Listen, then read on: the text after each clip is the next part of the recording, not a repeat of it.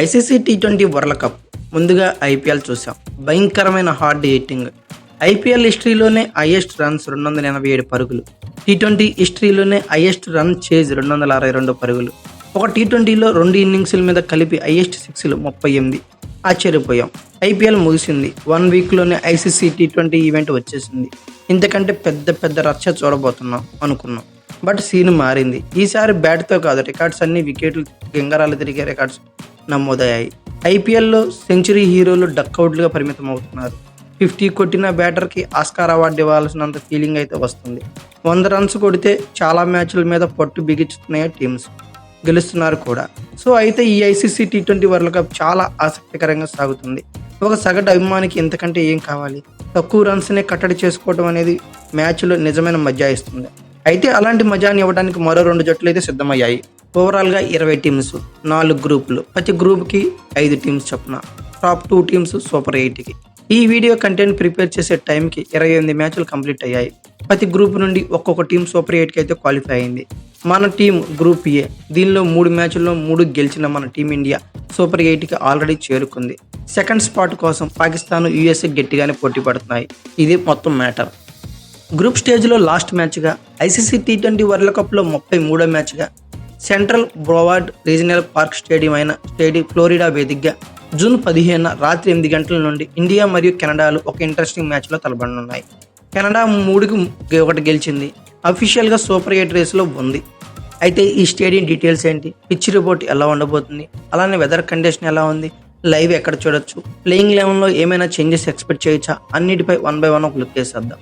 అయితే ముందుగా ఈ స్టేడియం గురించి మాట్లాడుకుంటే, ఈ స్టేడియం నేమ్ చాలా లెంత్గా ఉంది కాబట్టి షార్ట్ ఫామ్లో CBRSP అని పిలుచుకుందాం.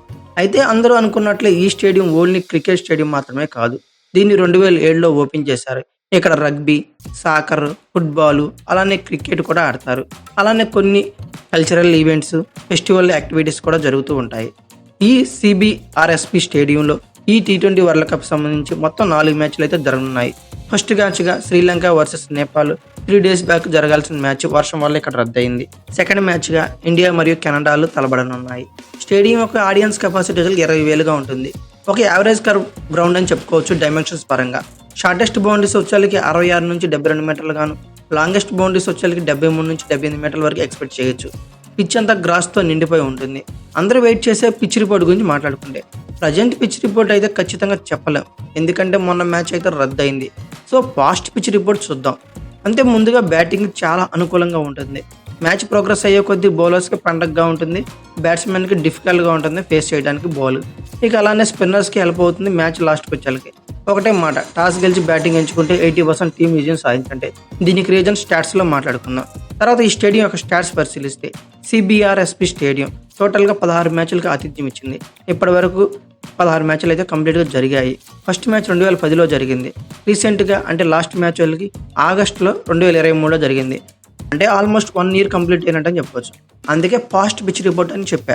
అయితే ఓవరాల్గా 16 మ్యాచ్ల్లో ఫస్ట్ బ్యాటింగ్ వాళ్ళు 11 గెలిచారు. సో టాస్ గెలిచి బ్యాటింగ్ బెస్ట్ ఆప్షన్ అందుకే చెప్పింది. ఇక సెకండ్ బ్యాటింగ్ వాళ్ళు కేవలం 4 గెలిచారు. 1 మాత్రం రద్దయింది. అది కూడా మొన్న జరిగిన శ్రీలంక నేపాల్ మ్యాచ్ అని చెప్పుకోవచ్చు. ఇక హైయెస్ట్ టీం టోటల్ వచ్చేసరికి వెస్టిండీస్దే. 245 పరుగులు చేసింది, 6 వికెట్లుగా, అది కూడా టీమిండియా మీద. అయ్యో ఏంది 245 పరుగులు చేసిన టీమిండియా మీద అనుకుంటే, ఇది గుర్తుపెట్టుకోవాల్సిన మ్యాటర్. టీమిండియా చేజింగ్లో 244 పరుగులు చేసింది. అంటే కేవలం 1 రన్ తేడాతోనే ఓడిపోయింది. 245 పరుగులు చేసిన టీమిండియా 244 పరుగులు అయితే చేయగలిగింది.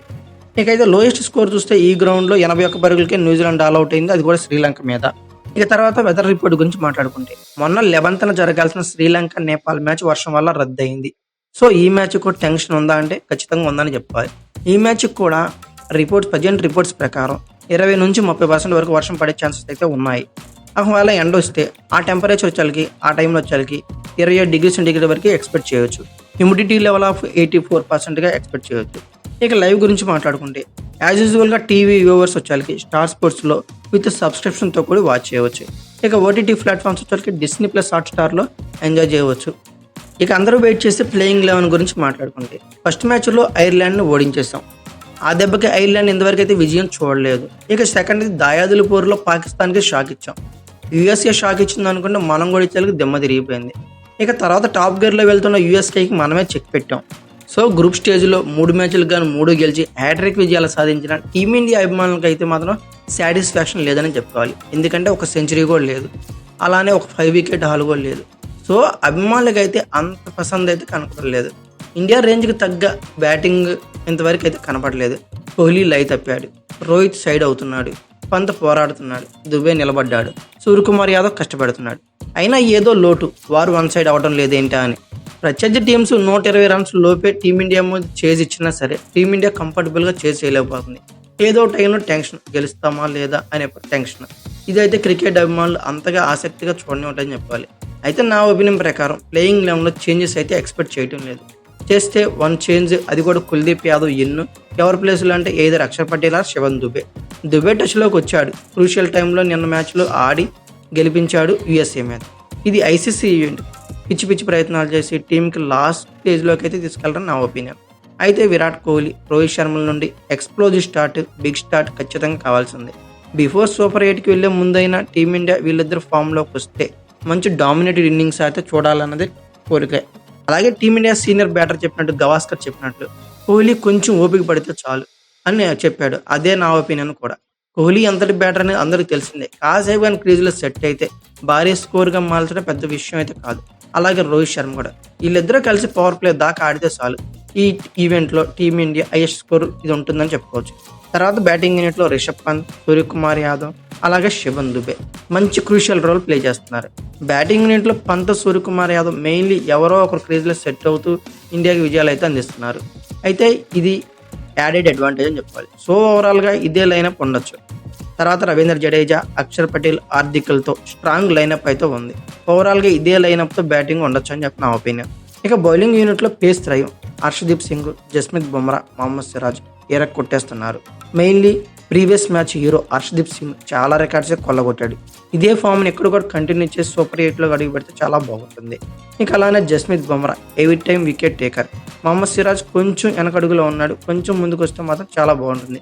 జడేజా ఇంతవరకు ఈ సిరీస్లో అయితే ఖాతా తెరవలేదు, వికెట్లు కాదు. ఈ మ్యాచ్లో ఏమన్నా మారుతాడేమో చూడాలి. ఇక తర్వాత హార్దిక్ పాండ్యా టీమిండియా ఖచ్చితంగా యాడెడ్ అడ్వాంటేజ్ అని చెప్పుకోవాలి. ఏ టైంలో బౌలింగ్కి వచ్చినా ఖచ్చితంగా టీమిండియాకి మంచి బ్రేక్స్ అయితే ఇస్తున్నాడు. సో ఓవరాల్గా మన ప్లేయింగ్ లెవెన్లో పెద్దగా చేంజెస్ అయితే ఉండవని నా ఒపీనియన్.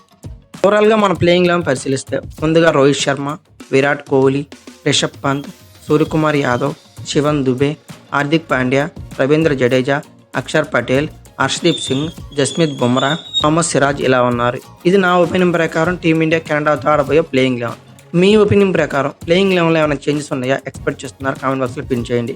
అలాగే ఐసీసీ T20 వరల్డ్ కప్ 2024లో ఏ టీం అయితే కప్పు కొడుతుంది అనుకున్నారో ఆ టీం పేరు కామెంట్ బాక్స్లో పిన్ చేయండి. అలాగే ఈ వీడియో కనుక మీకు నచ్చినట్లయితే like, share, comment plus subscribe చేసుకోండి. అలాగే పక్కనే ఉన్న బెల్ ఐకాన్ ఒకటి మాత్రం మర్చిపోకండి. Thank you for watching. Have a nice day.